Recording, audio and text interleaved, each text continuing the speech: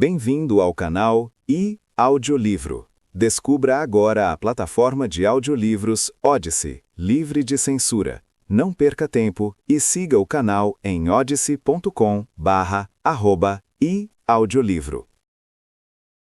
Livro Vênus Prime 2, por Paul Preuss e Arthur C. Clarke. Prólogo. O vento leve assobiava estridentemente pela paisagem congelada. Agulhas e vieiras de gelo erguiam-se da areia compactada e cravavam-se na terra varrida pelo vento. Gárgulas de gelo pendiam de penhascos com quilômetros de altura, acima da planície polar. O vento era fraco demais para sustentar qualquer forma de vida, mas não tão fraco a ponto de não levar embora a terra abrasiva. Ele gravou a rocha, amontoou a areia e esculpiu o gelo e a pedra dura em arcos, contrafortes e montanhas. O vento fraco agia como uma escavadeira. O buraco que ele estava cavando, na areia sob o gelo, continha um pedaço de metal. O metal era duro e brilhante, não tanto que não tivesse quebrado, quem sabe quando ou como, mas o suficiente para que a terra levada pelo vento não pudesse estragar sua superfície espelhada. Outra coisa havia gravado o metal, formando canais nele. Os canais eram diferentes entre si, mas todos tinham a mesma altura, largura e profundidade. Seguiam em linha reta. Eram 3 dúzias de tipos diferentes, que se repetiam em várias sequências, formando um total de mais de 1000 símbolos gravados no metal. Um ano marciano depois que o vento retirou a areia debaixo do gelo e revelou o espelho gravado, um homem em um traje pressurizado apareceu, encontrou-o e o levou embora. Você é louco, Johnny. Não pode manter uma coisa dessas em segredo. Como você vai ganhar dinheiro com algo que aparentemente ninguém nunca viu? Você está dizendo que não vale nada, Liam? Estou dizendo que vale muito. É único. Você não ganhará dinheiro com isso, legal ou ilegalmente. Essa conversa foi tão privada quanto possível naquele lugar, em um canto abaixo do suporte de tubos da cúpula da plataforma de perfuração, onde escondiam a bebida e as drogas. O chefe da equipe sabia de tudo, mas não disse nada, desde que ninguém aparecesse no topo dos monitores da empresa. Ainda assim, ali era preciso falar em sussurros. Esses malditos cofres transmitiam o som de uma ponta a outra, como um elo fonográfico, e nunca se sabia quem estava ouvindo do outro lado. Nossa, nunca pensei que seria acusado de estar de posse de algo valioso demais. Não fale bobagens. Você já tomou muita coisa. Sim, e pretendo fazer isso de novo hoje à noite. Você tem outra chance antes que os outros apareçam. Apresente-me aos seus amigos de Lab City e você pode ficar com 1/3 disso. Esqueça. É melhor entregar. Dessa forma, pelo menos você vira um herói.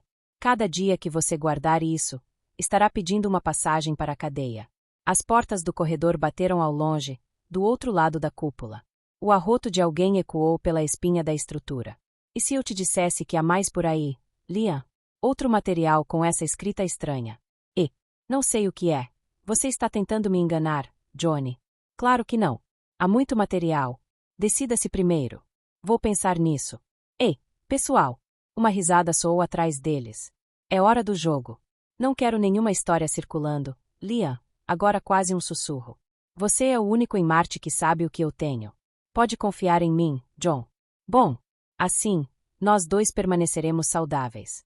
Uma semana depois, 4 dias atrasada, a equipe finalmente deixou a torre pronta e começou a afundar o tubo.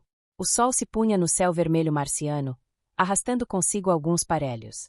Liam e Johnny trabalhavam na cabeça de perfuração. Eles chegaram ao gelo permanente após 4 horas de trabalho duro, quando o tubo deu um solavanco. Ninguém jamais soube como isso aconteceu, mas não foi nenhuma surpresa, pois não se tratava de um recipiente selado.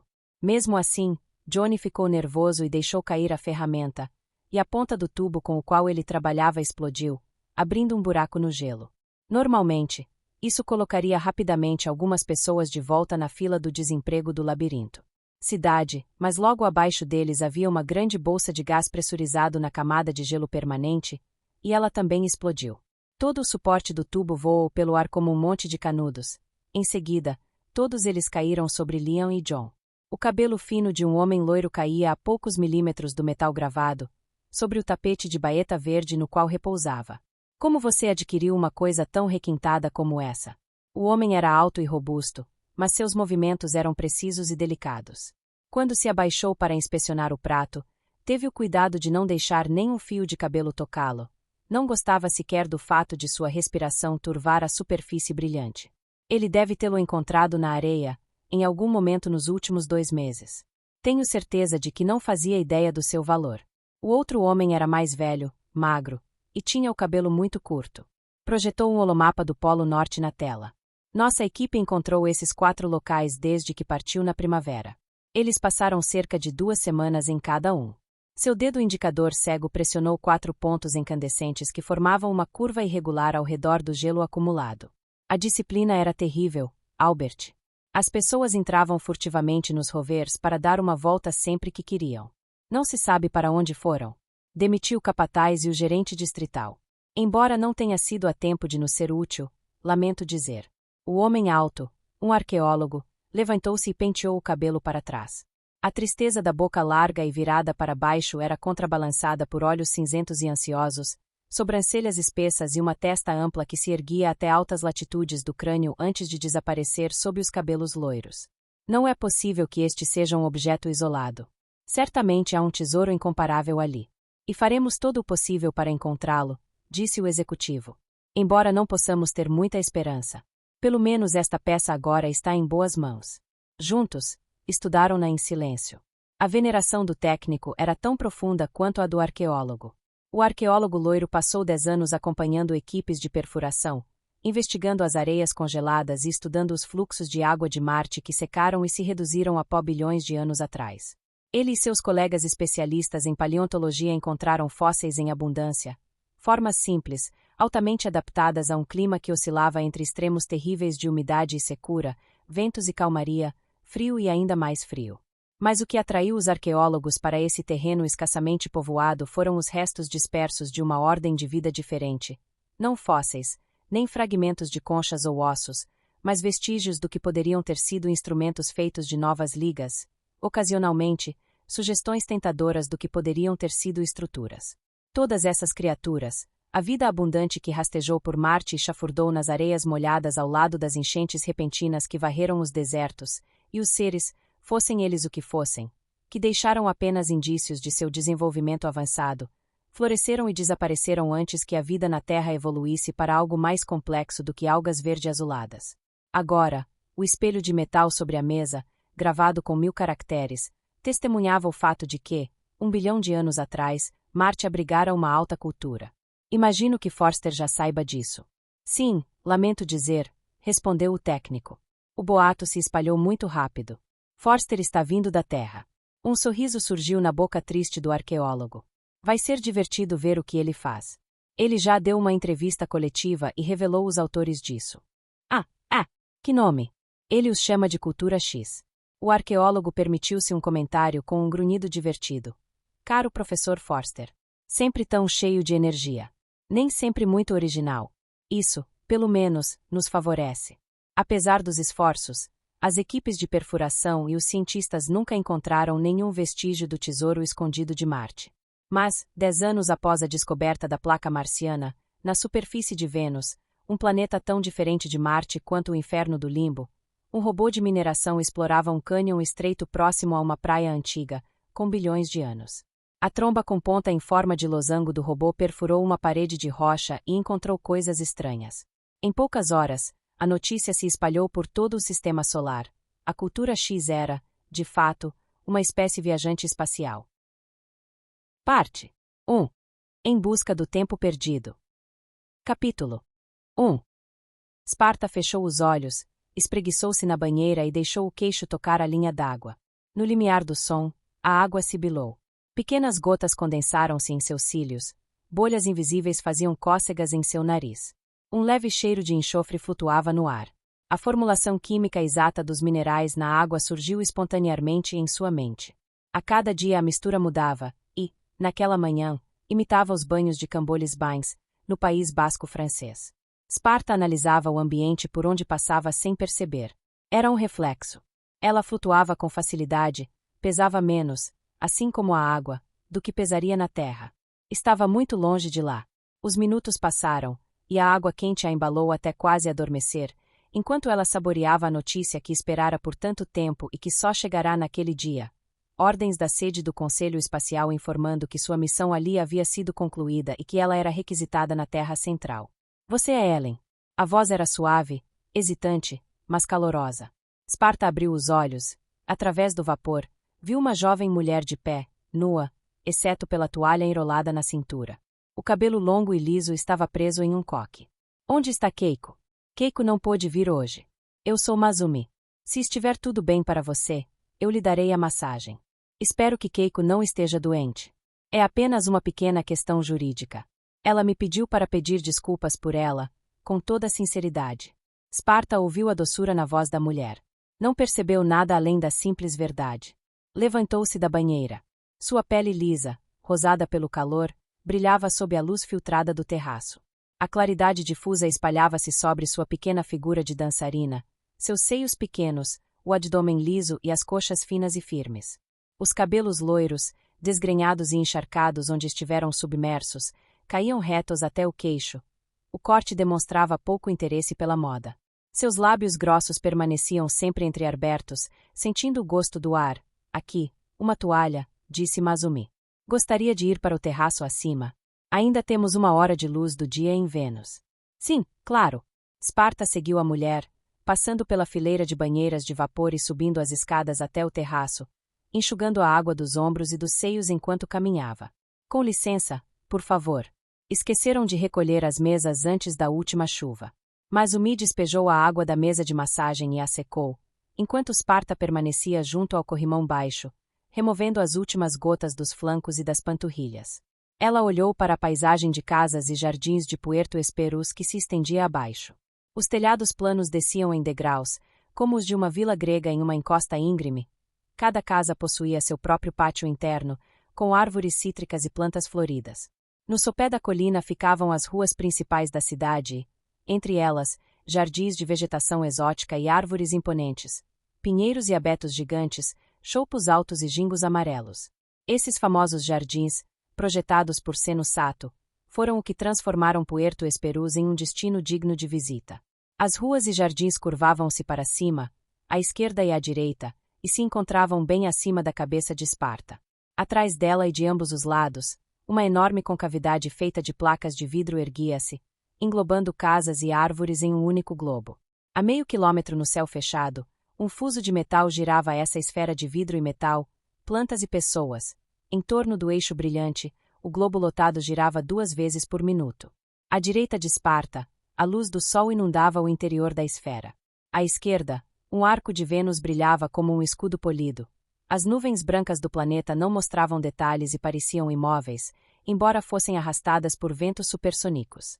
Acima de sua cabeça, o Sol rivalizava com o reflexo de Vênus, 1 milhão de reflexos, um em cada placa, girando em torno do eixo de Porte Esperus. A estação de alta órbita levaria mais 1 hora para passar pelo hemisfério iluminado e entrar na noite.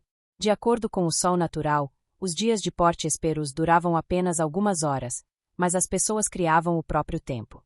Gostaria que eu trabalhasse em algo específico? Perguntou Masumi. Keiko mencionou que você tinha dores de cabeça frequentes. Parece que tenho muita tensão na base do crânio. Se puder ter a gentileza de se deitar. Sparta deitou-se na mesa, com a bochecha pressionada contra o apoio. Fechou os olhos. Ouviu a mulher se mover por perto, preparando tudo: o óleo, as toalhas, o banco sobre o qual ficaria de pé para alcançar a parte inferior das costas de Sparta. Com sua audição aguçada, percebeu o som quase inaudível do óleo perfumado ao ser derramado nas mãos de Masumi, em seguida, o som mais alto das palmas sendo esfregadas para aquecê-lo. O calor das mãos de Masumi pairou a poucos centímetros dos ombros de Sparta.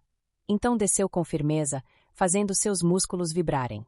À medida que os minutos passavam, os dedos fortes e as costas das mãos afundavam nos músculos das costas de Sparta, percorrendo todo o comprimento do tronco, dos ombros às nádegas, e retornando aos ombros, descendo pelos braços até os dedos levemente curvados e voltados para cima. Então Masumi hesitou. Parar naquele ponto da massagem, logo após um começo forte, não era típico de uma massagista atenta e experiente, mas Sparta estava acostumada e aguardou a pergunta. Você se machucou? Um acidente de carro, murmurou Sparta, com o rosto pressionado contra a mesa. Quando eu tinha 16 anos. Quase 10 anos atrás. Era uma mentira repetida tantas vezes que, Às vezes, ela esquecia que era mentira. Enxertos ósseos?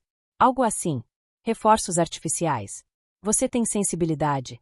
Por favor, não se preocupe, disse Esparta. Keiko geralmente é bem insistente. Eu gosto disso. Muito bem. A mulher retomou o trabalho. Os movimentos longos e repetidos das mãos de Masumi aqueciam a pele nua de Esparta. Ela sentiu-se afundar confortavelmente na mesa acolchoada, sob o sol quente, o calor refletido de Vênus e o calor circulante da grande esfera da estação. Sob as mãos habilidosas de Masumi, não demorou para que ficasse completamente relaxada. As pálpebras de Esparta se abriram quando uma pontada aguda de dor surgiu, ao os dedos de Masumi pressionarem um nó em seu ombro direito. Sob a pressão insistente, os músculos tensos foram cedendo aos poucos, não sem sua cooperação consciente. Quando o nó finalmente se desfez, ela sentiu uma onda incomum de emoção. Ela pode ser a maior de todos nós. Uma galáxia de luzes coloridas a cercava na escuridão arqueada. Porte Hesperus sobrevoava o hemisfério escuro de Vênus. A silhueta de uma massa ainda mais escura surgiu no crepúsculo, aproximando-se dela com a mão estendida. Então Esparta, tomada pelo medo, desceu da mesa e agachou-se nua nas tábuas atrás, pronta para lutar. Ah, senhorita, sinto muito. Era Masumi, vestida com um manto de algodão azul escuro. Eu disse a eles que não poderiam incomodá-la, mas disseram que era uma emergência. Esparta estava assustada. Seu coração continuava batendo violentamente.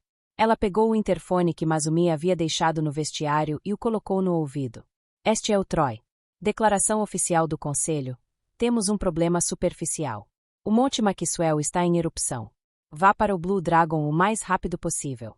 10 minutos depois, ela se encontrava na sala de controle da Blue Dragon Mutual Prosperity Mining Company, examinando as telas de vídeo que, em vez de mostrar imagens da superfície de Vênus, estavam cheias de neve eletrônica.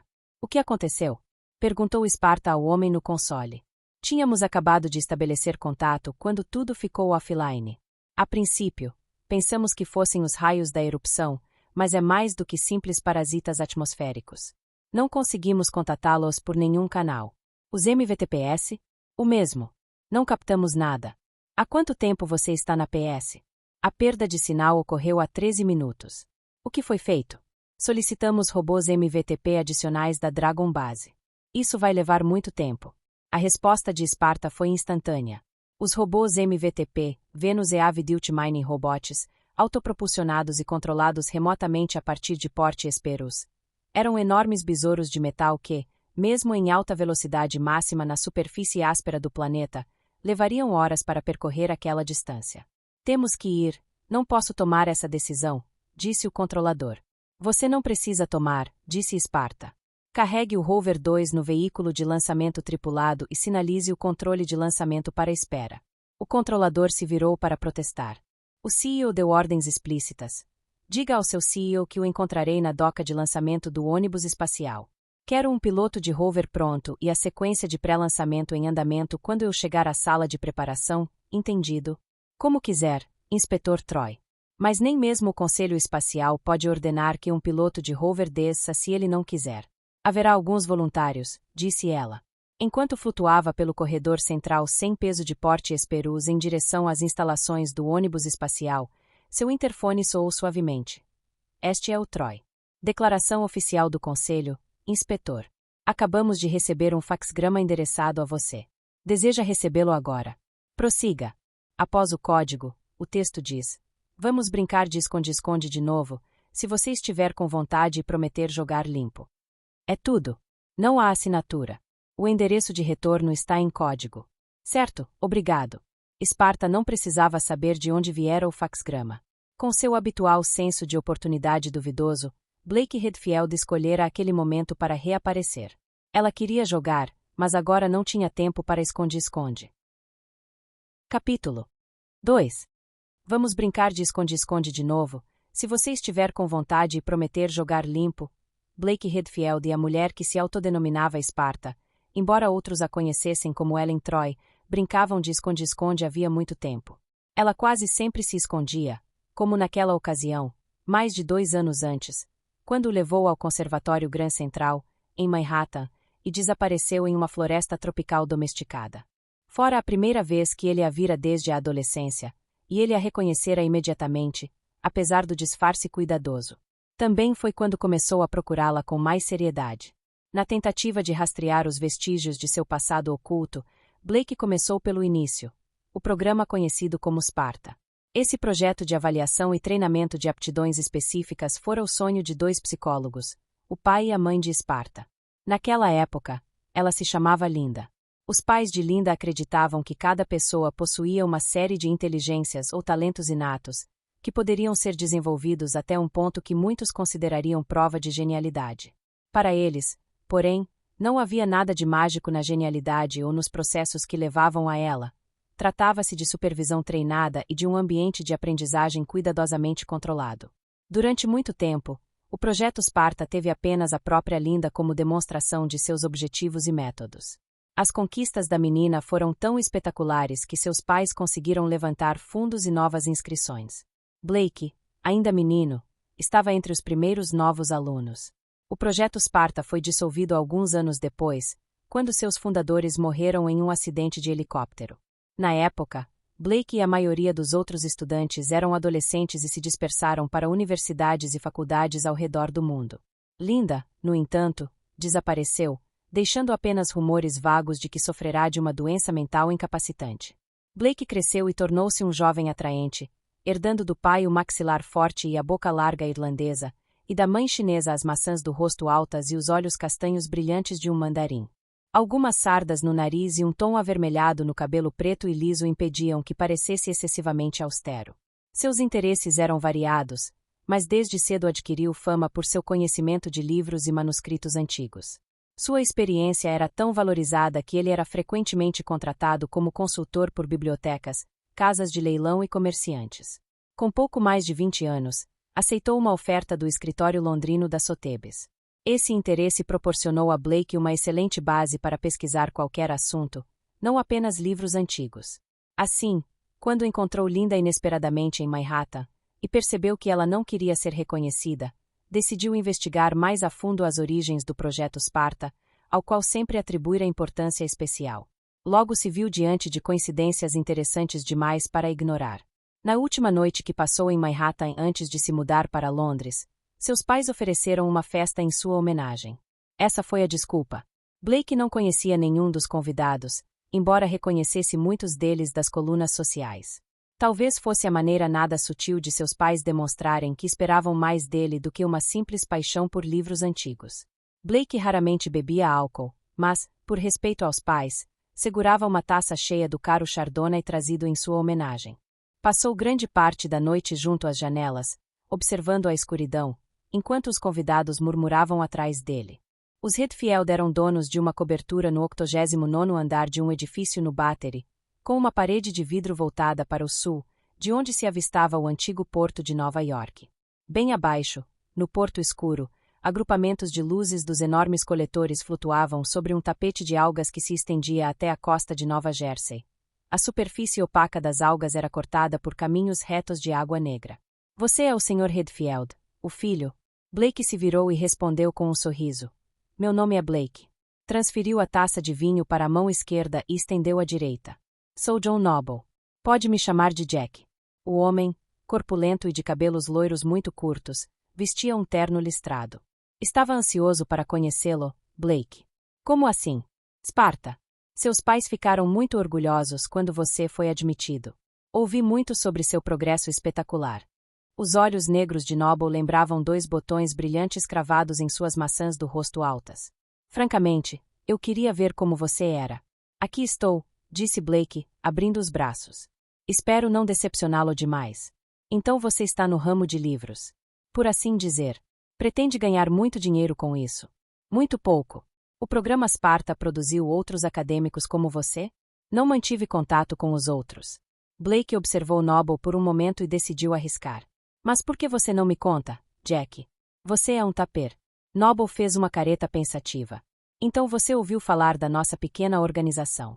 Os tapers eram um grupo filantrópico que se reunia uma vez por mês para jantares em clubes privados de Washington e Manhattan.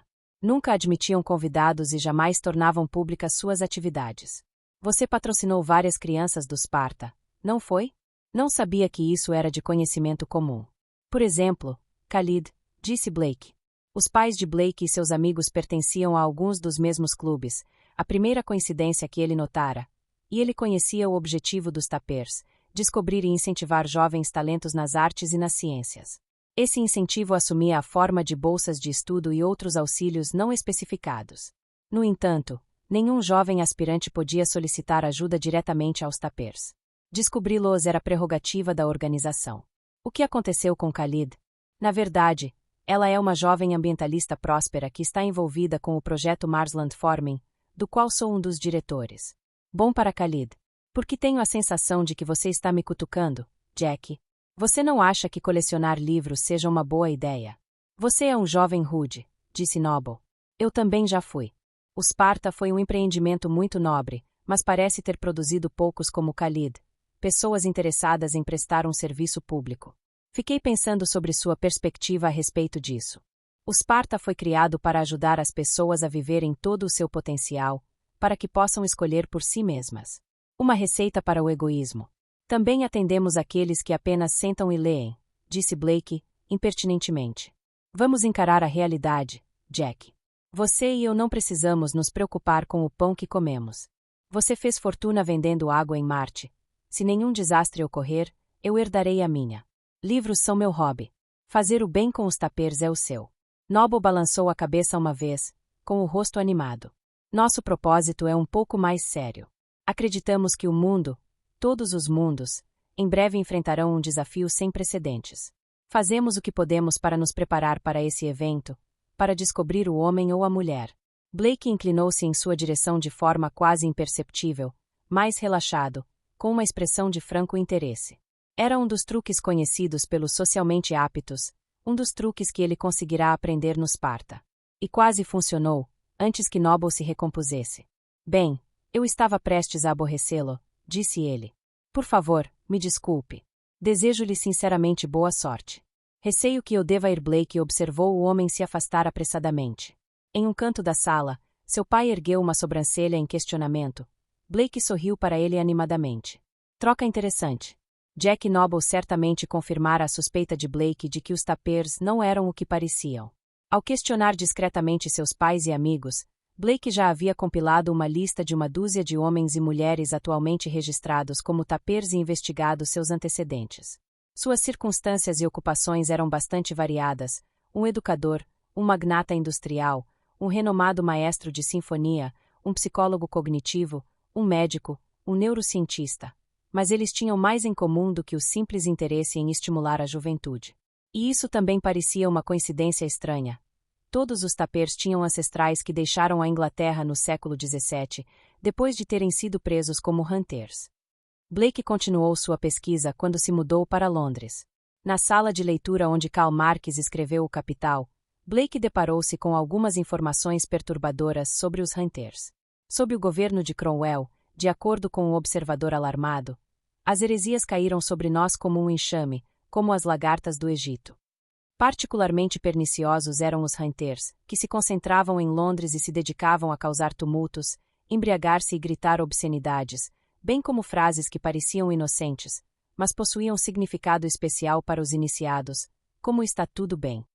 Os Hunters desprezavam as formas tradicionais de religião e declaravam, em êxtase e em voz alta, que Deus estava em todas as criaturas e que toda criatura era Deus. Assim como seus contemporâneos, os Diggers, os Hunters acreditavam que todas as pessoas tinham direitos iguais à terra e à propriedade, e que deveria existir uma comunidade de propriedade. Eles não apenas compartilhavam bens e imóveis. Somos puros, dizem eles, e, portanto, todas as coisas são puras para nós: adultério, fornicação, etc. As autoridades reagiram com severidade. Alguns Hunters morreram na prisão. Outros se arrependeram. Alguns, forçados a se esconder, adotaram línguas secretas e continuaram a fazer propaganda e recrutamento clandestinamente. Outros, evidentemente, partiram para o Novo Mundo. O legado deles foi o de uma heresia brutalmente reprimida que persistiu na Europa desde o primeiro milênio, conhecida, em seu apogeu, como a Irmandade do Espírito Livre, cujos adeptos se autodenominavam Profetai. Os grandes temas dessa heresia esperançosa eram a liberdade, o amor e o poder da humanidade. Expressões explícitas desses sonhos podem ser encontradas nos livros proféticos da Bíblia, escritos 8 séculos antes de Cristo, e repetidos no livro de Daniel, no livro do Apocalipse e em muitos outros textos obscuros. Essas visões apocalípticas previam a vinda de um Salvador sobre-humano que elevaria os seres humanos ao poder e à liberdade de Deus e estabeleceria o paraíso na terra. Mas os membros do Espírito Livre eram impacientes com as visões. Eles queriam o paraíso agora. No norte da Europa, levantaram-se repetidamente em revoltas armadas contra seus senhores feudais e autoridades eclesiásticas.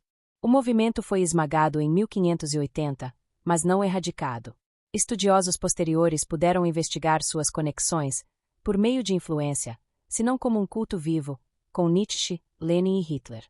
Pelo que sabia sobre os Tapers, Blake suspeitava que o espírito livre ainda estivesse vivo, não apenas como uma ideia, mas como uma organização, talvez muitas organizações.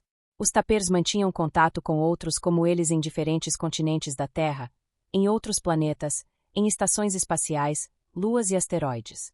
Com que finalidade? O Sparta tinha algo a ver com esse propósito. A mulher que se autodenominava Ellen Troy tinha algo a ver com esse objetivo.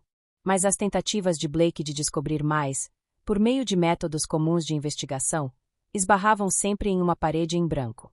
Havia uma sociedade filantrópica em Paris conhecida como Atanasius, cuja tarefa era alimentar os famintos, ou pelo menos alguns deles, criteriosamente selecionados.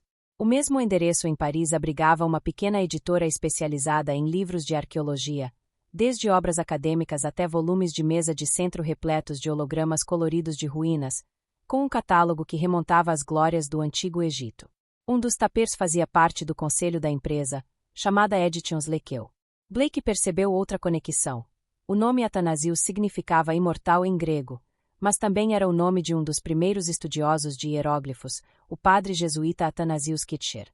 Quando o trabalho na Sotheby's levou Blake à Biblioteca Nacional de Paris, ele aproveitou a excelente oportunidade para realizar uma pequena pesquisa particular. Blake caminhava pelas largas calçadas do Boulevard Saint-Michel. As grandes folhas verdes das castanheiras se abriam como mãos de 5 dedos acima de sua cabeça. A luz brilhante do sol filtrava-se nas sombras profundas sob as árvores, adquirindo um tom esverdeado. Enquanto caminhava, ponderava suas opções. As universidades urbanas atraem um grande número de moradores de rua, e a Universidade de Paris nunca foi exceção. Uma mulher aproximou-se dele, vestida em trapos, talvez com cerca de 30 anos, enrugada como uma maçã podre, embora tivesse sido bonita até pouco tempo antes. Você fala inglês? Perguntou-lhe naquela língua e, em seguida, também em inglês. Você fala alemão? Blake colocou algumas notas coloridas na mão dela, e ela rapidamente as enfiou no cós da saia. Obrigado, senhor, muito obrigado. E, novamente em inglês, mas guarde sua carteira, senhor, os africanos vão roubá-lo. As ruas estão cheias de africanos. Por mais negros que sejam, por maiores que sejam, eles devem ser protegidos. Blake passou por um terraço de café onde outra mulher, com o rosto infantil escurecido e o cabelo desgrenhado, entretinha os clientes imitando Shirley Temple, dançando The Good Ship Lollipop com energia demoníaca. As pessoas jogavam dinheiro nela, mas ela só foi embora depois de terminar sua apresentação malfadada. Um homem africano corpulento aproximou-se de Blake e ofereceu-se para lhe vender um ornitóptero de plástico e corda. Uma fileira de homens na faixa dos 20 e 30 anos, barbudos, com rostos morenos salpicados de bolhas vermelhas estouradas, estava sentada na calçada, encostada à grade dos jardins de Luxemburgo. Eles não lhe ofereceram nada nem lhe pediram coisa alguma. Blake chegou a Montparnasse. No horizonte, acima dos telhados centenários da cidade, erguia-se um anel de edifícios altos que cercava o centro de Paris como uma paliçada. A parede de cimento e vidro bloqueava a passagem da brisa, aprisionando o ar fétido do verão sobre o Sena estagnado. Ao redor, o trânsito interminável de Paris parecia um redemoinho, mais silencioso e menos enfumaçado agora que todos os veículos eram elétricos, mas tão rápido e agressivo como sempre. Ouvia-se um guincho constante de pneus, acompanhado de lamentos e relinchos de buzinas, enquanto os motoristas tentavam sair do caminho uns dos outros, bloqueando-se mutuamente com barulho e fúria. Paris, a cidade-luz. Blake virou-se e retornou pelo mesmo caminho. Desta vez, o africano não tentou lhe vender nenhum ornitóptero. Shirley Temple estava começando um novo espetáculo mais abaixo na avenida. A mulher de rosto enrugado aproximou-se dele novamente, com a memória em branco. Você fala inglês. Você fala alemão. Blake sabia o que precisava fazer em seguida. Precisava encontrar uma maneira de entrar no espírito livre. Embora os tapers soubessem quem Blake Redfield era, ele era muito conhecido. Havia outros ramos daquele culto internacional que não sabiam quem ele era.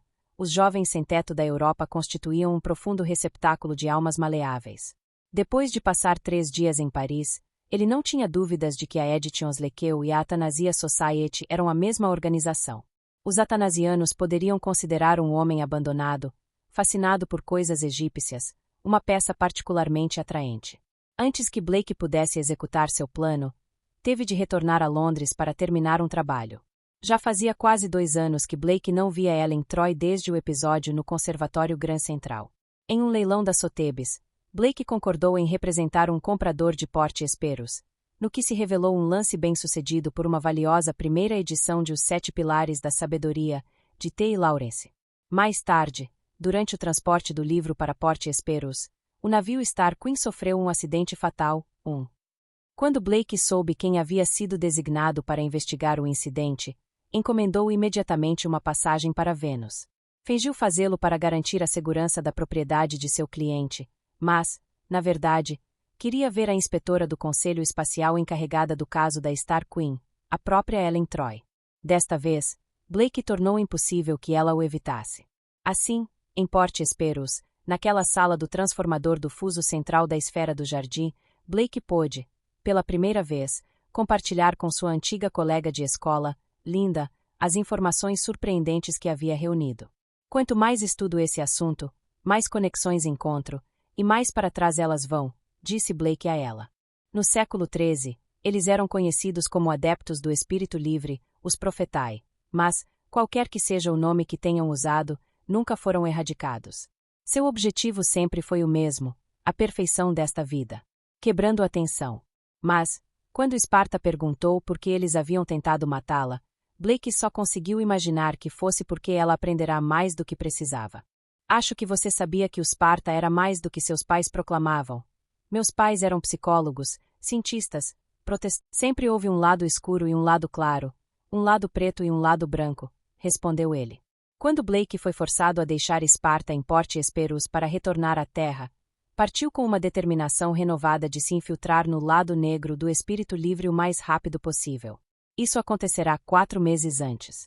Esparta não teve notícias dele desde então, até receber aquela mensagem breve e enigmática, em um momento em que estava ocupada demais para lidar com ela. Capítulo 3. A cápsula que a continha se abriu. Ela cambaleou para a frente, com 6 pernas trêmulas, até um muro de pedra. Suas patas traseiras a sustentavam enquanto esticava as patas dianteiras pontiagudas para agarrar o topo da parede. A pedra macia se desintegrou na garra em pinça. Ela buscou apoio e se ergueu, rangendo as articulações instáveis. Parou para abrir as asas, olhar ao redor e testar o ar com as antenas ondulantes. Um cheiro de ovos podres chegou até ela. Tonificação. A atmosfera era como vidro grosso e transparente, banhada em luz vermelha. Sua cabeça blindada girou, mas ela não conseguia enxergar muito longe. O horizonte desaparecia na luz difusa. As antenas abaixaram-se, captando sensações do terreno à sua frente. Avançar. À frente, esses outros sentidos a informaram de que grandes penhascos se erguiam no céu brilhante.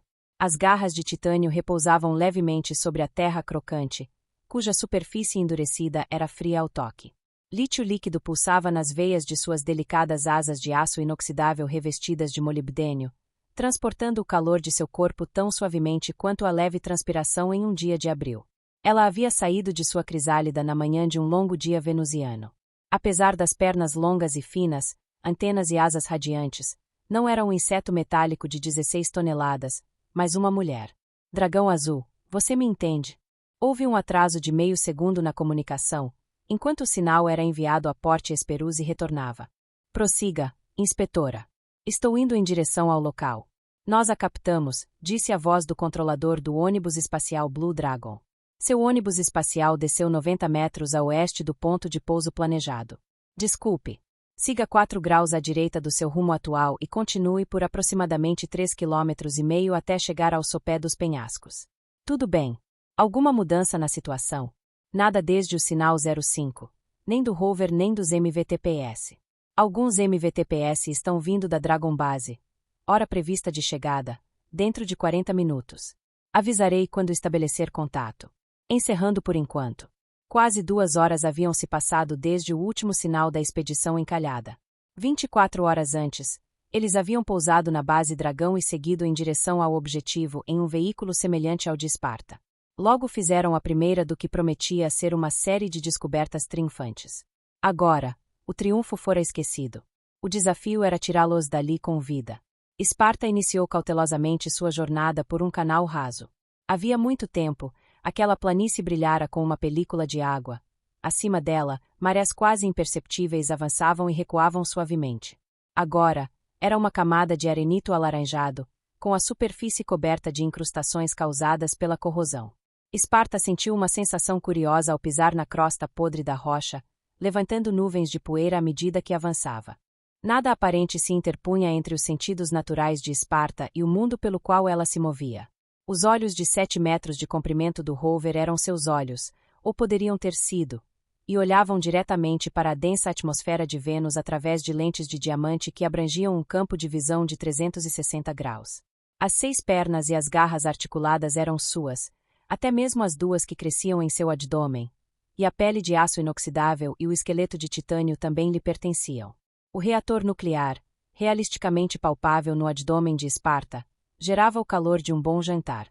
A mulher real, de constituição pequena e músculos de dançarina, estava sentada na parte frontal do veículo, dentro de uma esfera dupla de alumineto de titânio, uma espécie de sino de mergulho com escotilhas superiores sem janelas. Mas a realidade artificial gerada por computador na qual se encontrava a convencia de que era uma criatura nua, nascida naquele planeta. Para se mover, precisava se forçar a fazê-lo. Dentro de seu capacete hermético, raios laser seguiam os movimentos de seus olhos. Medidores de tensão microscópicos, incorporados ao traje de controle justo, monitoravam e ampliavam os movimentos de seu corpo. O som ambiente, a projeção retiniana e o tecido ortotático do traje, 200 transdutores de pressão, 100 elementos de recuperação de calor, 1000 sinapses químicas por centímetro quadrado, reproduziam uma sensação vívida do mundo exterior. Inevitavelmente, algo se perdia na tradução. Para a frágil fêmea humana dentro do sino, a temperatura externa, quase 750 graus Kelvin, suficiente para temperar metais, era reduzida à de uma manhã quente. O ar externo era quase dióxido de carbono puro, combinado com alguns gases raros, mas, dentro do sino, ela respirava uma mistura familiar de oxigênio e nitrogênio.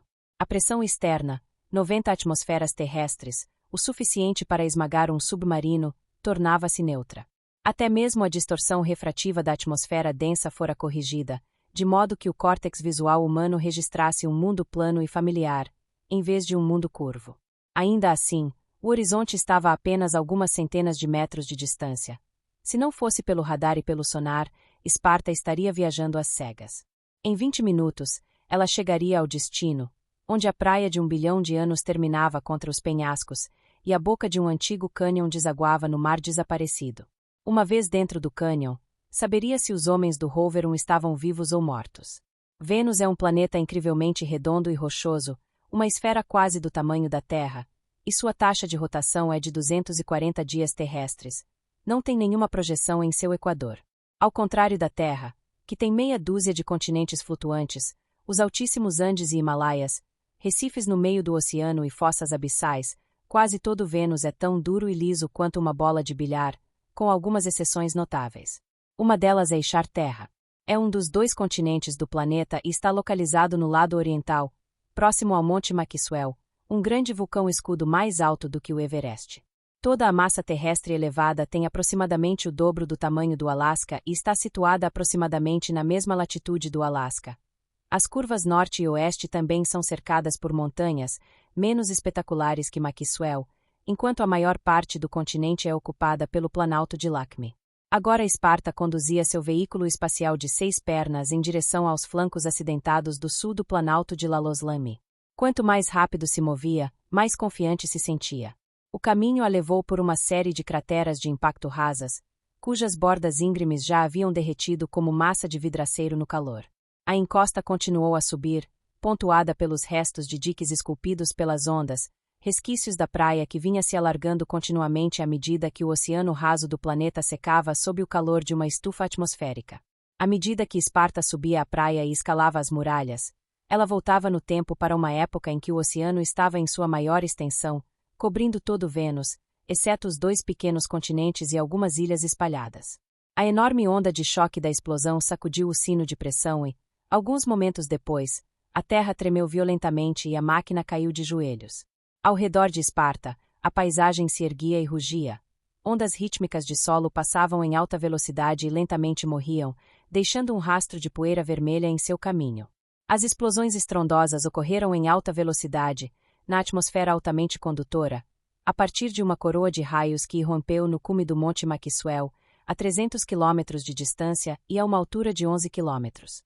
O terremoto simultâneo veio das profundezas da Terra, dando continuidade à violenta erupção que havia começado 3 horas antes. Rover 2. Aqui é o dragão azul. Estamos vendo você nos penhascos. A foz do cânion fica a meio quilômetro à sua direita. De repente, uma encosta vulcânica vermelho escura apareceu na luz brilhante da borda do horizonte. Esparta desviou para a direita e sentiu o primeiro sinal de preocupação, uma relutância na segunda articulação da perna dianteira direita. Parar não adiantaria nada. Ele poderia continuar com 5 pernas, se necessário. Ou com 3. Ela ajudou o membro afetado mantendo-o afastado do chão, mas, quando chegou ao cânion 5 minutos depois, viu que era inútil. Uma trava havia falhado, e o lubrificante na junta havia superaquecido. Ela se livrou dele, deixando-o para trás como um pedaço de madeira abandonado. Manteve a pata dianteira sobrevivente erguida e se apoiou nas 4 restantes. Serpenteando entre paredões rochosos afilados revestidos por uma camada escura de brilho metálico, antigamente um curso de água corrente, milênios de inundações recorrentes haviam esculpido moldes nessas paredes do deserto. Mas isso foi há 1 bilhão de anos, e a rocha aquecida havia afundado como uma barriga gorda, escondendo as finas camadas de giz e carvão que teriam indicado vida para as câmeras de qualquer sonda que passasse. Entretanto, evidências de vida passada surgiram quando robôs de exploração controlados remotamente pastaram na superfície de Vênus. Nos carbonatos de cálcio, ardósias e camadas de carvão espalhadas, uma dúzia de fragmentos, não mais, surgiu entre as pedras, uma dúzia de fragmentos em 20 anos de exploração, mas foram mais do que suficientes para incendiar a imaginação humana. Essas obras foram reconstruídas de 100 maneiras por especialistas sóbrios, de 1000 maneiras por sonhadores menos inibidos. Ninguém sabia realmente como eram os organismos ou como viveram, e as chances de descobrir pareciam pequenas. Então, alguns meses atrás, um robô explorador encontrou uma caverna no penhasco deste cânion. Esparta contornou um afloramento rochoso e parou, seu caminho bloqueado por um deslizamento recente de rochas do topo do penhasco. As facetas pálidas da rocha exposta eram surpreendentemente brilhantes e duras, em contraste com o penhasco enegrecido e corroído. Dragão azul, aqui é Troy. Prossiga, inspetor. Port Esperus estava agora mais perto. O atraso do rádio foi pouco mais que uma pausa hesitante. O local está soterrado por um deslizamento de terra.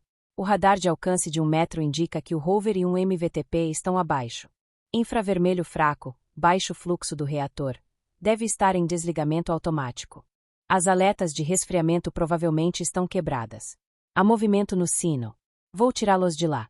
Um momento, inspetor. Ela começou a arranhar a pilha de pedras com sua pata dianteira funcional. Inspetor Troy, nossos instrumentos indicam que a perna dianteira direita parou de funcionar. O controlador da estação de lançamento desaconselha arriscar seu membro dianteiro restante. Você está me ouvindo?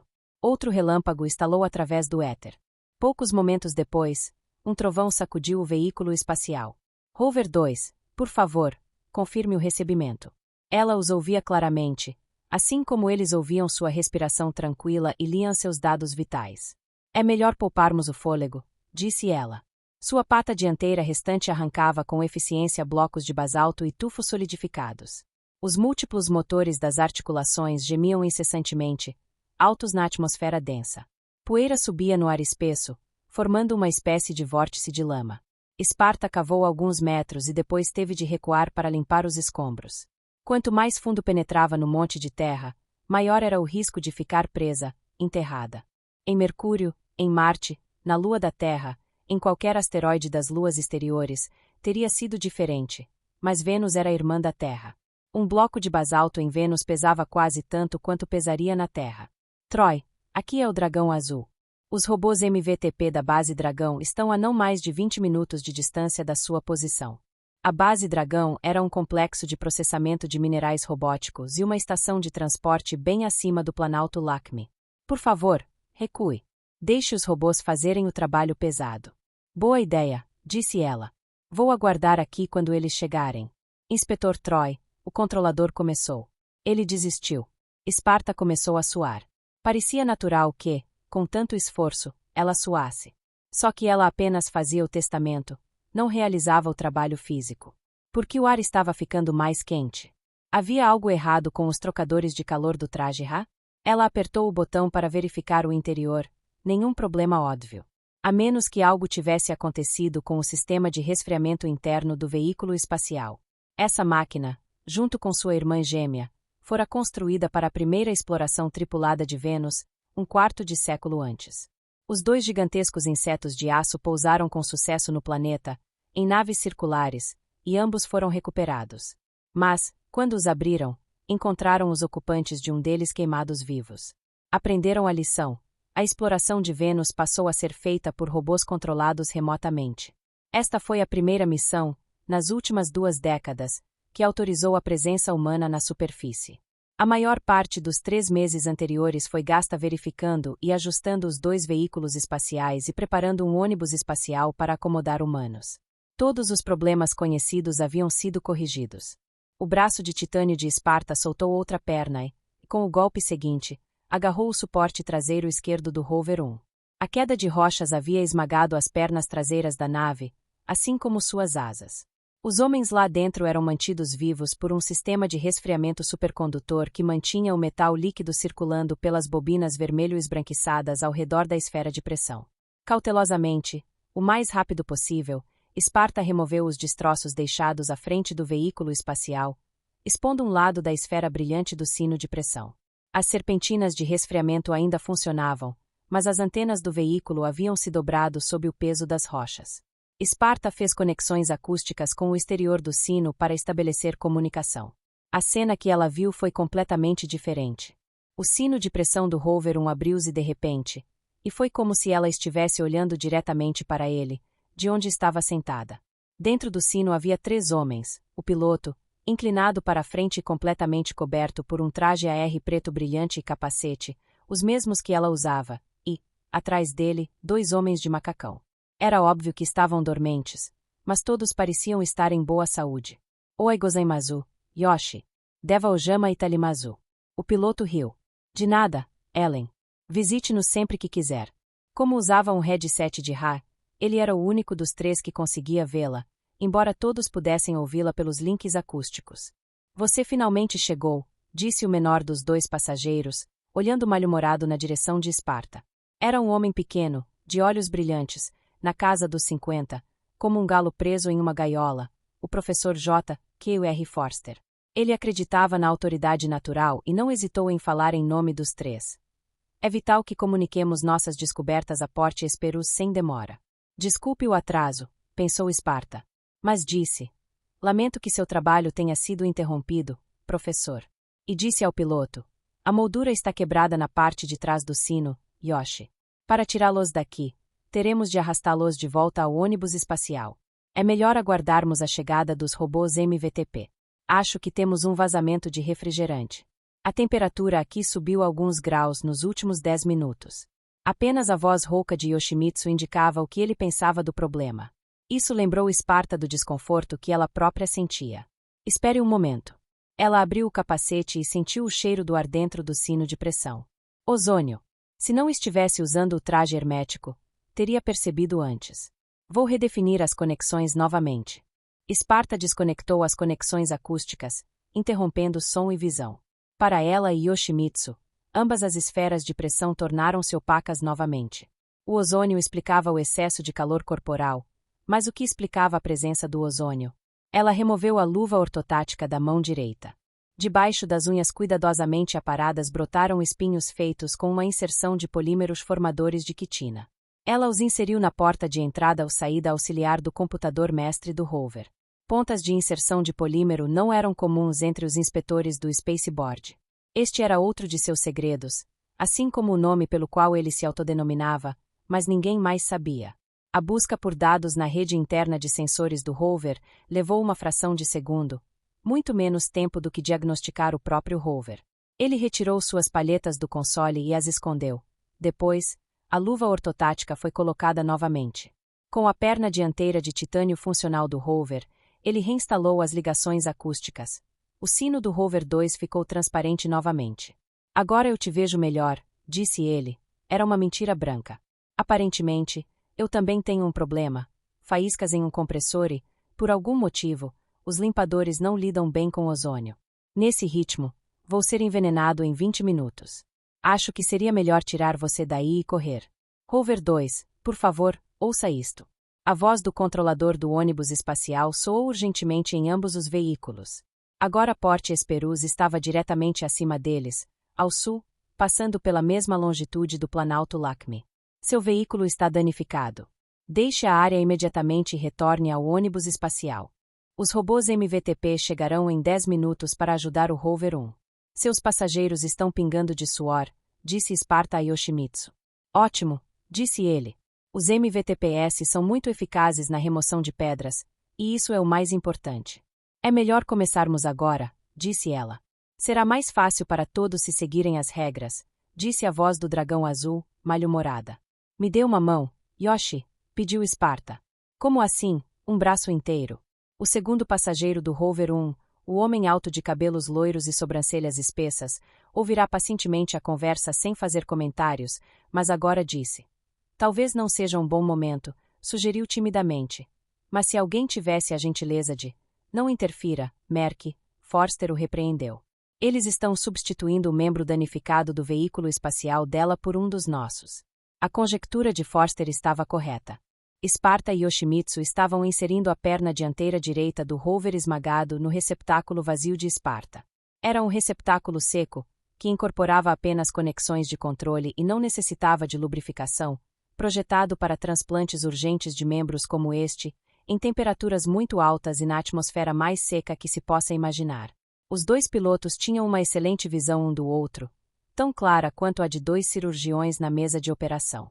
Mas um observador externo teria visto dois robôs agachados, cabeça com cabeça, como um par de louva-a-Deus cegos. Um inseto brilhante estava meio esmagado, nervosamente oferecendo ao outro uma pata dianteira articulada, na esperança de que, talvez, seus órgãos vitais fossem poupados. Certo, a perna está encaixada e funcionando. Puxe o pino de travamento e ela o tirará dali. A tomada está desligada. Mas o sacrifício foi em vão, pois o louva-a-Deus, que agora tinha duas patas dianteiras, de repente agarrou a cabeça do outro inseto e a levantou. A cabeça redonda do segundo inseto saiu completamente. Peguei você, disse Sparta. Quando o pino de travamento foi retirado do piso do sino, todas as conexões com a propulsão do Rover 1, sensores externos e sistemas de proteção de vida a longo prazo foram cortadas e seladas. Agora Yoshimitsu estava cego, e seu traje AR era inútil. Com a ajuda de filtros de recirculação, os 3 ocupantes do exaustor teriam normalmente 6 horas de vida, talvez um pouco mais. Sparta recuou cautelosamente da trincheira que havia cavado no monte de terra, segurando a esfera no alto até que estivessem bem longe do colapso.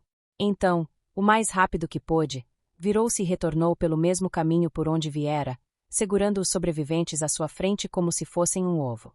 A decisão de Sparta de não esperar provou ser sábia, pois, segundos depois, a terra começou a tremer e 1000 toneladas de rochas caíram do Recife para o cânion que haviam deixado para trás.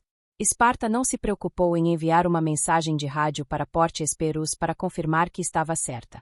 A carga que ele carregava não obstruía sua visão. A realidade artificial se ajusta mais facilmente do que qualquer outro tipo. Então Sparta simplesmente ajustou seus sensores para olhar através da esfera de pressão à sua frente, deixando apenas uma espécie de dupla exposição, ou presença fantasmagórica, para garantir a saúde dos habitantes do sino. Rajadas de tiros de canhão vindas de relâmpagos distantes a perseguiam enquanto ela corria pelo canal sinuoso entre as paredes rochosas. Conforme as ondas do solo chegavam, alguns segundos depois, Pedras começaram a cair através da espessa atmosfera ao redor dela, mas Esparta conseguiu chegar ilesa à boca do cânion. A corrida final pela planície deveria ter sido fácil. Na metade do caminho para o ônibus espacial, um forte tremor fez o chão ondular como um lençol ao vento. O movimento repentino da rocha para cima, ao atingir a atmosfera, esmagou o veículo espacial.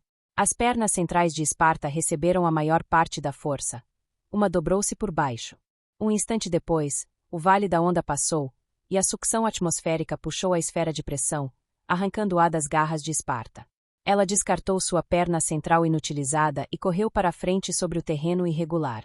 O sino quicou à sua frente, batendo em uma borda, em uma saliência, em outra borda. Saltando, ela o apanhou. Girou a esfera para colocá-la em pé e equilibrá-la. Ao restabelecer as comunicações, notou um jato de lítio derretido vindo de uma ruptura nas serpentinas de resfriamento. Esparta descobriu que sua pata traseira esquerda também era inútil. Ela a deixou cair ali mesmo. Os passageiros do compartimento de carga estavam empilhados no chão, atrás do assento do piloto. O cabelo loiro de Merck estava manchado de sangue, escorrendo de um corte na testa. Forster parecia seriamente perturbado, embora não parecesse ferido, esfregava o queixo. Yoshimitsu estava amarrado e parecia imperturbável. Suas bobinas estão quebradas, disse ele. Faltam cerca de 10 minutos para que todo o líquido de arrefecimento acabe. Amarrem-se. Vou arrastá-los até o ônibus espacial. Merck olhou para cima, confuso, e levou a mão à cabeça ensanguentada. É mesmo Essen. Faça isso, Albert, se quiser se salvar. Retrucou Forster. Forster havia retirado o cinto do macacão e o usava para se prender à parte de trás do assento do piloto. Merck, após um momento de indecisão confusa, fez o mesmo. Os dois passageiros agacharam-se no chão enquanto Esparta virava o sino, agarrava-o com os antebraços e começava a arrastá-lo pela paisagem erodida. Esparta transmitiu uma mensagem sucinta ao dragão azul. A estação espacial já estava planando ao redor da curva do planeta. A resposta tardia que chegou não foi mais do que um simples aviso de recebimento. O avanço de Esparta foi lento. Faltavam 2 pernas, e era preciso impedir que a esfera rolasse e esmagasse ainda mais suas bobinas de resfriamento. O ovo deixou um rastro de sangue enquanto era arrastado. Um tênue fluxo de metal fluía da bobina quebrada, explodindo em brasa e esfriando rapidamente em respingos de prata líquida sobre a rocha. Observando a taxa de perdas, Esparta conseguiu estimar com grande precisão quando o volume de lítio nas bobinas seria insuficiente para combater o calor da atmosfera. Quando esse momento chegasse, a temperatura interna do capô aumentaria catastroficamente, carbonizando os ocupantes em questão de minutos. Estamos indo bem. Estaremos dentro do ônibus espacial em 5 minutos, disse ele aos homens na esfera. Faltavam menos de 2 minutos quando o ônibus espacial apareceu no horizonte atrás dela. Eu sabia que não conseguiria, não no ritmo em que estava indo. Ele teria de manobrar a cobertura sobre a saliência que bloqueava parcialmente as portas do hangar do ônibus espacial, fechar e selar as portas atrás deles, resfriar e despressurizar o hangar. Esparta entrou em transe, mas passou tão rápido que nenhum observador teria notado. Em 1 milissegundo, seu cérebro propôs e analisou meia dúzia de possibilidades e escolheu a menos improvável.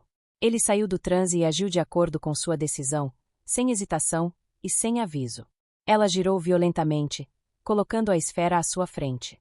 Firmou-se em um tripé formado pelas pernas restantes e usou a quarta para afastar o sino de si. Ele rolou para dentro do hangar aberto como uma bola de futebol gigante, mas com uma lentidão exagerada, devido à sensação de tempo dilatado que Esparta experimentava. Ele sabia que todos tinham pouco tempo, mas, naquele curto intervalo, tudo o que fosse possível, direcionou um feixe compacto de ondas de rádio para o ônibus espacial que aguardava, instruindo-o a fechar as portas do hangar e iniciar o resfriamento e a despressurização de emergência. Viu as bobinas de resfriamento da esfera explodirem, expelindo lítio brilhante no chão, enquanto saltava sobre a saliência e despencava na boca ainda aberta da nave. As portas já estavam se fechando quando uma explosão de vapor ocorreu do lado de fora do hangar, o produto da reação do líquido de arrefecimento de emergência caindo dos tanques do ônibus espacial na atmosfera quente e seca. O ônibus espacial continuou a expelir vapor de alta pressão por meio minuto, após as portas do hangar se fecharem. Esparta examinou a cena com seus sentidos restantes. Sua visão lhe dizia muito pouco, e o radar ricocheteava na pele metálica do cone truncado. Embora tivesse contato por rádio com os sistemas robóticos do ônibus espacial, não tinha contato com os homens dentro do sino. O sonar era a única fonte confiável de informação, e ele ouviu atentamente. Os solavancos e chiados, os pulsos e vibrações da bomba lhe diriam se algum dos sistemas vitais do ônibus espacial havia sido rompido, se os homens dentro do sino estavam vivos, conscientes e capazes de se libertar de sua prisão apertada. Finalmente, ouviu o som inconfundível da escotilha do sino de pressão se abrindo. Ônibus espacial, aqui é o Rover 2. Por favor, coloque-me em contato. Feito, respondeu a voz do robô de transporte. Yoshi, você consegue me ouvir? O Sr. Yoshimitsu está temporariamente indisposto, respondeu uma voz áspera, inconfundível por seu sotaque britânico. O professor Forster ainda está no controle de si mesmo, se não dos eventos. Talvez lhe interesse saber que todos nós sobrevivemos sem danos graves. Que bom ouvir isso, professor. Agora, você e seus colegas poderiam ter a gentileza de esvaziar o hangar para que eu possa embarcar, antes que outro terremoto me engula. Nós cuidaremos disso. Quando a escotilha de seu veículo espacial se abriu para o compartimento de carga enfumaçado e repressurizado do ônibus espacial, Sparta descobriu o rosto triste e gentil de Albert Merck olhando para ela. Você está bem? Sim, estou bem, respondeu ela, saindo pela escotilha estreita com a ajuda da mão que ele lhe ofereceu. Ao lado dele, na passarela, Sparta examinou o rosto triste do homem e notou o sangue seco em seu cabelo e o hematoma em sua bochecha. Tem mais. Além disso, ele levou os longos dedos ao crânio e à bochecha. Minhas costelas doem muito, mas não acho que tenha quebrado nada. O Sr. Yoshimitsu levou a pior. Ele torceu o pulso. Receio ter lhe dado um pontapé forte, ou talvez eu tenha caído em cima dele. Sparta olhou ao redor do hangar. Os restos queimados e amassados da esfera de pressão do Rover 1 repousavam contra a perna do guindaste. O Rover 2, com o motor desligado, afundara torto em 4 pernas descentralizadas. As bombas sugavam o líquido de arrefecimento de emergência que havia caído no chão e o reinseriam nos tanques. Um desastre. É uma pena que não tenhamos conseguido salvar nada da escavação deles. Nada de objetos materiais, é claro, e isso é uma pena, disse Merck. Mas temos análises químicas e biogravações armazenadas nos computadores do Rover. O suficiente para nos manter ocupados. Você poderia me ajudar a desligar esta máquina? Vou me sentir mais segura quando estivermos de volta à órbita. Poucos minutos depois, eles subiram à cabine temporária do piloto. Yoshimitsu estava deitado no beliche de aceleração, com o braço esquerdo numa tipóia. Forster estava debruçado sobre o piloto ferido, enfaixando firmemente seu braço contra o peito. Você está bem, Yoshi? Um pouco curvado, disse ele, rindo. Seus longos cabelos pretos caíam sobre os olhos escuros. Eu costumava rir das histórias que contam sobre seu destino, Ellen. Não farei isso de novo. Forster endireitou-se e examinou Sparta. O inspetor não parece ser daqueles que dependem da sorte. Só quando tudo mais falha, respondeu ela. Eu diria que todos nós tivemos sorte. Por que enviaram você em vez de um dos pilotos regulares? Perguntou Forster. Porque eu insisti, respondeu ela. Sua expedição ficará devendo muito dinheiro ao Dragão Azul por esta viagem no ônibus espacial tripulado. Eles imaginam que não podem pagar. Pensaram que seria mais fácil retirá-los com robôs MVTP e colocá-los em um ônibus espacial não tripulado. Vou ter que falar com eles muito seriamente. Nossas despesas são cobertas pelo Comitê de Patrimônio Cultural, sem mencionar os curadores do Museu Esperian. Eu não discuti com eles, disse Sparta. Eu invoquei a lei interplanetária. Eu entendo. Mas por que você está aqui, inspetor? Ou seja, o trabalho deles é detecção, não é? Além das muitas outras cortesias que a Blue Dragon estendeu à sua expedição, eles doaram os serviços do Sr. Yoshimitsu, um de seus melhores pilotos de ônibus espaciais. Nenhuma das outras 2 pessoas, especialistas no uso desses antigos veículos espaciais, estava disponível para esta viagem. Acho que você quer dizer que nenhum deles se ofereceu, disse Yoshimitsu suavemente. E os patrões não ordenaram isso. Gomen Nasai, Yoshimitsu-san. Sparta abaixou a cabeça em uma reverência respeitosa. Amarrado à cadeira, ele baixou o queixo na tentativa de retribuir a saudação. Entendo, Forster permaneceu em silêncio, refletindo. E quando você recebeu o treinamento para usar esses veículos especializados? Pelo amor de Deus, Forster, pare de questionar essa mulher, disse Merck, com o rosto vermelho de vergonha. Ela acabou de salvar nossas vidas. Estou muito ciente disso, respondeu Forster. E sou realmente grato. Eu só quero entender o que está acontecendo. Só isso. Eu tenho um talento especial para esse tipo de coisa, disse Esparta. Devíamos conversar sobre isso mais tarde, sugeriu Yoshimitsu. Nossa próxima janela de lançamento está chegando rápido. Meia hora depois, o ônibus espacial de ponta afilada decolou da superfície de Vênus, voando rapidamente através das nuvens e abrindo caminho entre rajadas de vento, furacões de chuva de ácido sulfúrico, produzindo relâmpagos malignos em seu rastro, subindo constantemente por camadas cada vez menos densas de fumaça de dióxido de enxofre, até que, finalmente, atingiu o espaço limpo e cercou os anéis brilhantes e a esfera verde do jardim de Porte Esperus. Capítulo 4. Ela emergiu da escuridão como um redemoinho, uma roda de sombras de Catarina, não de fogo, e com ela vieram as vozes. Ela poderia ser a melhor de nós, ele resiste à nossa autoridade, William. É uma menina resistir a nós, é resistir ao conhecimento à medida que a roda girava. As vozes reverberavam dentro de si mesmas, elevando-se até um grito. O coração de Esparta batia forte, fazendo suas costelas e o colchão em que ela estava deitada tremerem. Seu rosto estava pressionado contra o travesseiro. Ela abriu um olho. Um fedor estranho encheu seu nariz, o cheiro de um vegetal fresco azedando, que se transformou no cheiro de um gato. Pedaços de curva preta, pedaços de chicote preto, pedaços de mancha preta, movendo-se e mudando, um tigre se movendo pela grama alta. Ela sentou-se aterrorizada e abriu a boca para gritar. Então abafou o grito inarticulado. Sua pele estava pegajosa de suor. Seu coração batia forte como uma bomba seca. Ela recuperou o controle da respiração. Seu pulso desacelerou. A visão do olho direito parou de oscilar e focar, e a roda dentada giratória. Então o fedor imaginário desapareceu, e Esparta ficou com os cheiros familiares da cabine. Acima do odor que enchia toda a estação espacial, ferrugem, óleo lubrificante e suor humano, podia-se perceber o cheiro de serifloras. A seriflora, um pompom de estrelas rosa aveludadas, emitia seu perfume apenas à noite. A noite ali era arbitrária, mas para Esparta já era madrugada. A trepadeira seriflora agarrava-se ao teto em espirais grossas, resultado da poda leve pela qual Porte Esperus era famoso. A videira crescerá em microgravidade sob uma fonte de luz programada e em constante movimento. Em sua cabine no anel A, o peso da trepadeira e de Esparta era normal, como na Terra.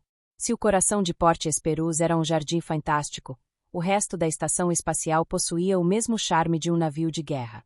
O anel A principal, acima da esfera do jardim, abrigava a maioria dos trabalhadores de manutenção da estação, trabalhadores portuários, controladores de tráfego interplanetário e outros funcionários de serviço. A acomodação temporária de Esparta ficava nos alojamentos dos oficiais visitantes, no quartel de patrulha. A menos que houvesse outra emergência como a que a levará à superfície de Vênus, aquela noite seria sua última na triste sala de plástico e aço. Pensar nisso fez com que ela percebesse outra coisa que vinha lhe passando pela cabeça com frequência nos últimos meses. Sentia falta de Blake Redfield. Sentia falta dele de uma forma quase obsessiva. Sentia ainda mais porque fazia muito tempo que não tinha notícias suas. E então, uma mensagem trivial, sem assinatura e sem um pingo de afeto. Vamos brincar de esconde-esconde de novo. Exausta, mas sem esperança de dormir, Esparta jogou o lençol para trás e saiu da cama. Algo havia acontecido. O pesadelo não surgira do nada. Por um momento, ela ficou parada no centro da sala e escutou. A vibração das paredes de aço trouxe-lhe o zumbido elétrico, o guincho metálico, o mergulho hidráulico e a sucção da estação enquanto ela girava sem parar. Seu ouvido interno filtrou facilmente esses sons para recuperar a tosse humana, os gemidos e os risos, as vozes erguidas com pesar ou com entusiasmo. A vida em Porte Esperus transcorria normalmente. A maioria dos trabalhadores que ocupavam o setor de Esparta dormia profundamente. Os turnos diurnos só começariam 3 horas depois. Os demais trabalhavam com a eficiência habitual. De perto, os controladores de espaçonaves na cúpula de controle de tráfego aéreo monitoravam centenas de pequenos satélites robóticos e naves que preenchiam o espaço ao redor. Apenas uma nave interplanetária estava por perto, um cúter do Spaceboard que deveria atingir o perímetro de radiação em 6 horas. O substituto de Esparta estava a bordo, e ela própria estaria a bordo quando ele retornasse à Terra.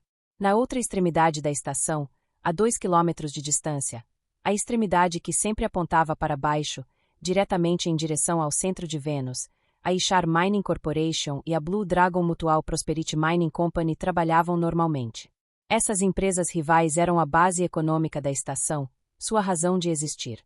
24 horas por dia, enviavam e recebiam grandes naves carregadas de minerais e dirigiam enxames de insetos metálicos que exploravam a superfície de Vênus em busca de metais preciosos. Sparta continuou ouvindo. Ela não ouviu ninguém no corredor da cabine. Mudando o córtex visual para infravermelho, examinou a escuridão do apartamento inferior. Não viu nada além dos circuitos da parede ligados. Nenhum ser vivo passará por ali durante a última hora. Seus sentidos químicos não lhe disseram nada fora do comum.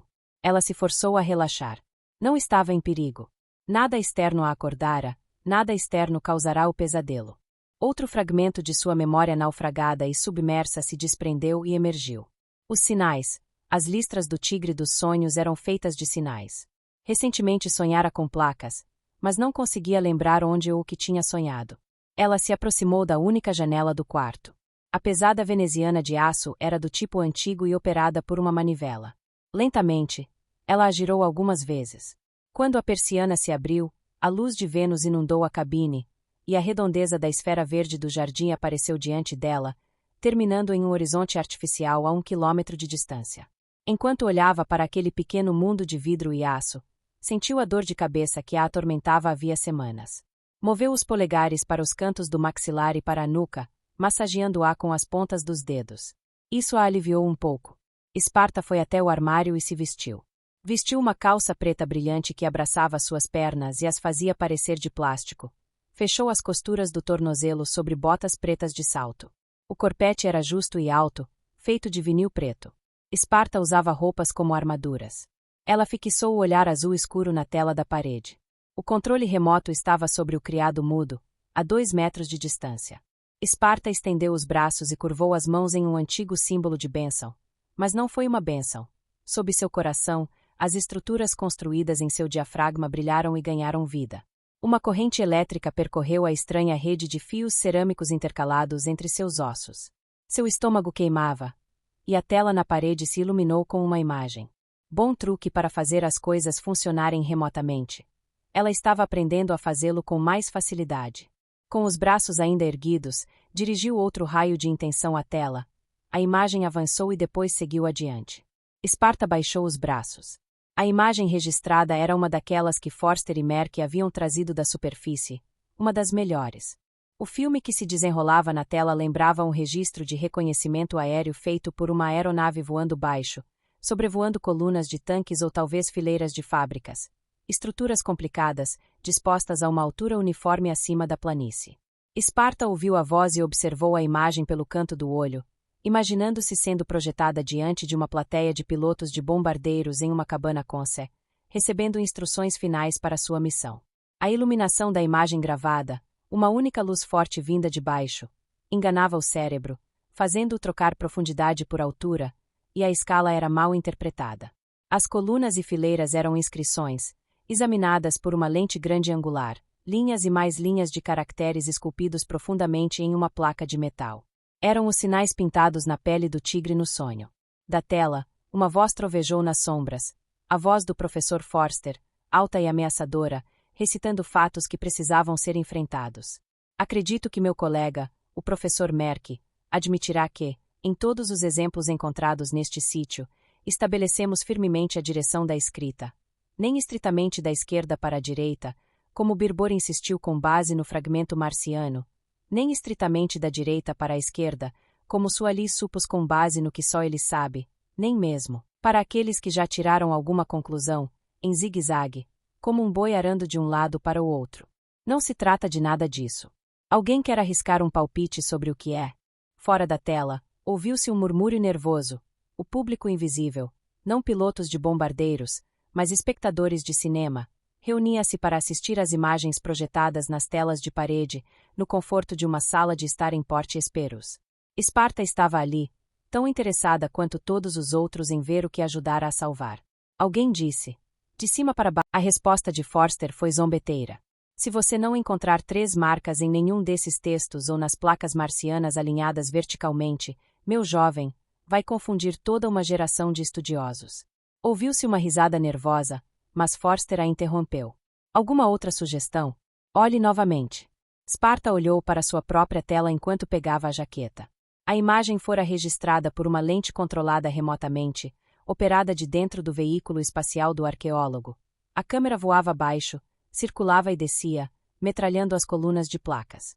Sparta percebeu isso instantaneamente, na primeira vez que observou a gravação. A escrita alternava colunas. A direção da escrita em todas essas inscrições alterna as colunas. A coluna da esquerda é invariavelmente lida da esquerda para a direita, e a coluna da direita é invariavelmente lida da direita para a esquerda, disse Forster. E, o que é mais interessante, as colunas opostas contêm textos praticamente idênticos. Alguns de vocês podem considerar isso lamentável, pois reduz pela metade a quantidade de texto exclusivo com o qual temos de trabalhar, mas vamos ver o lado positivo. A redundância é uma proteção contra erros e nos ajudará a preencher as lacunas. Sparta fechou a lapela de seu casaco branco brilhante, largo nos ombros e estreito na cintura. A gola alta protegia sua nuca. Abriu uma gaveta e começou a colocar o resto de suas roupas na bolsa de lona. Restavam 8 horas até que o cúter chegasse à Bahia, e outras 8 horas seriam necessárias para relatar a missão antes que ela pudesse se despedir de Vênus. Estaria pronta, esperando. Fazer as malas deveria ter sido fácil, mas a natureza ansiosa de Sparta tornava isso difícil. Viajava com poucas coisas e levava apenas uma mala, na qual era difícil acomodar roupas dobradas. E, assim como possuía uma memória fotográfica de cada fracasso anterior, de cada ruga feia resultante dessa falta de perfeição, onde outra pessoa meticulosa teria gasto 1 minuto dobrando cada peça de roupa, Sparta gastava 5. Atrás dela, a cena mudou, e Forster apareceu no púlpito da sala de conferências. A lâmpada fraca no púlpito emitia uma luz amarela que dava ao seu rosto barbudo uma aparência feroz.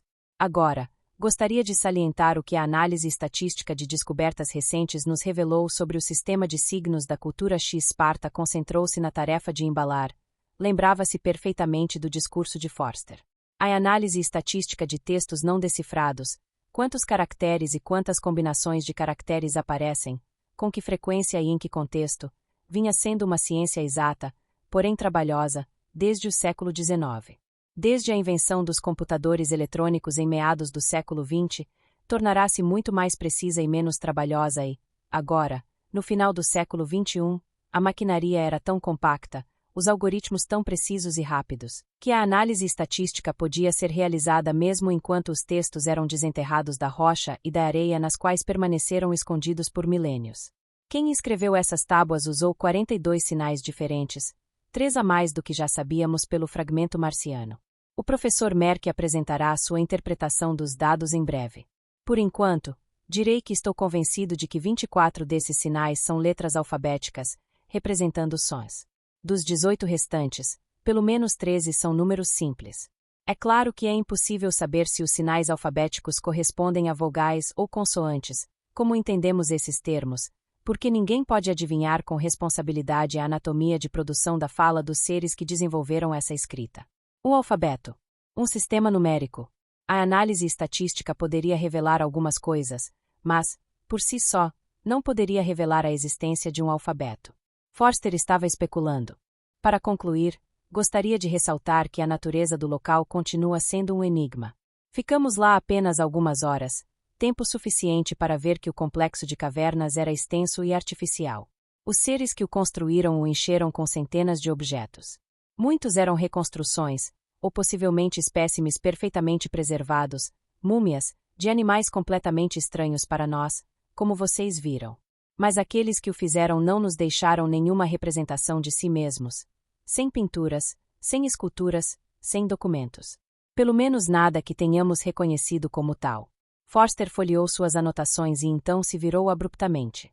Meu distinto colega, o professor Merck, apresentará agora suas opiniões. Na tela, o rosto agradável de Merck, com sua expressão ligeiramente distraída, substituiu o de Forster. Sparta gostava de Merck. Ele parecia muito menos egoísta do que o pequeno Forster. Um homem alto como Merck acharia mais fácil ser educado, pois não teria de fazer esforço para se impor. Tímidas, e até mesmo hesitantes, como sua atitude sugeria, as ideias de Merck sobre a chamada cultura X eram claras. Os sinais não eram alfabéticos, eram ideográficos, embora alguns provavelmente também funcionassem como sílabas. Merck escrevera extensivamente sobre o provável significado dos sinais e até tentará uma análise parcial do conteúdo. A mídia imediatamente interpretara isso como uma tradução da placa marciana, que foi objeto de muita controvérsia. Mas, por mais que a pequena comunidade de xenoarqueólogos divergisse na discussão dos méritos da análise de conteúdo de Merck, a maioria concordava com ele quanto à natureza dos sinais. Eram ideogramas. Nenhuma dessas questões era de interesse urgente para Esparta. Por que sonhara com aqueles sinais? Provavelmente porque arriscara a vida para recuperá-los. Não precisava ser mais complicado. Ela franziu a testa para a tela, levantou os braços e sinalizou para que ela escurecesse, apagando a imagem de Merck. Concentrou-se na bagagem por mais 10 minutos. Quando se convenceu de que não conseguiria fazer melhor, fechou a bolsa. Seu olho direito focou os elos micromecânicos do fecho, um zíper miniaturizado feito de cadeias de polímeros geradas por micróbios. Cada fecho e gancho era como um rabisco. Unidos, produziam o fecho, um significado oculto. Desunidos, abriam-se para, o quê? Arqueologia da lavanderia. A evidência de seu estilo de vida. Naquele local, as evidências eram escassas e o estilo de vida, esparso. Então, um pensamento estranho veio à sua mente. Ela acreditava, embora não tivesse certeza, que havia sonhado com os sinais estranhos antes de vê-los. Ainda mais estranha era a convicção irracional de que ela sabia pronunciar as letras daquele alfabeto sobrenatural, mas não conseguia fazer os sons emergirem em sua consciência. 8 horas depois, a sirene de alerta de lançamento soou quando Esparta chegou à escotilha de segurança. A proa brilhante do cúter dominava a visão através da ampla abertura de vidro preto da escotilha. Apenas uma dúzia de naves brancas, ostentando a faixa azul e a estrela dourada do Conselho de Controle Espacial, eram os elos frágeis nas finas cadeias de autoridade da Terra sobre as colônias isoladas em planetas, luas, asteroides e estações espaciais. Alimentados por tochas de fusão, os cúteres iam para onde e quando precisavam ir, em qualquer aceleração necessária para chegar lá. Cada posto avançado do Spaceboard armazenava combustível para a tocha em enormes tanques de deutério e lítio congelados, e um cúter conseguia fazer a curva no tempo que levava para encher seus próprios tanques de propelente. Na Terra, eles precisavam novamente do cúter, que havia trazido peças de reposição para Porte Esperus. 4 horas depois de entrar sem problemas na área de alta segurança do cais de embarque de Porte Esperus, ela já tinha carregado tudo o que precisava para a viagem de volta. Esparta ainda tinha alguns minutos para se despedir da única amizade que fizera durante sua estadia ali. Eles flutuavam sem peso, em microgravidade. Vou sentir sua falta, Vic. Foi o que você disse da última vez, disse o eslavo loiro, com amargura. Antes que o interfone te pegasse. Tirei o interfone, só para garantir, caso alguém tentasse de novo. Desta vez, vou realmente sair daqui. Se você for para Leningrado, vou te enviar um holograma. Provavelmente serei enviada de volta para as docas em Newark. Salve a falsa modéstia. Você é um cara durão, Proboda. Ele estendeu a mão firme para ela, e ela lhe ofereceu seus dedos finos e fortes. Se você não mantiver contato, vou considerá-la um lacaio dos imperialistas. Capitalistas, sempre suspeitei que vocês fossem, murmurou ele.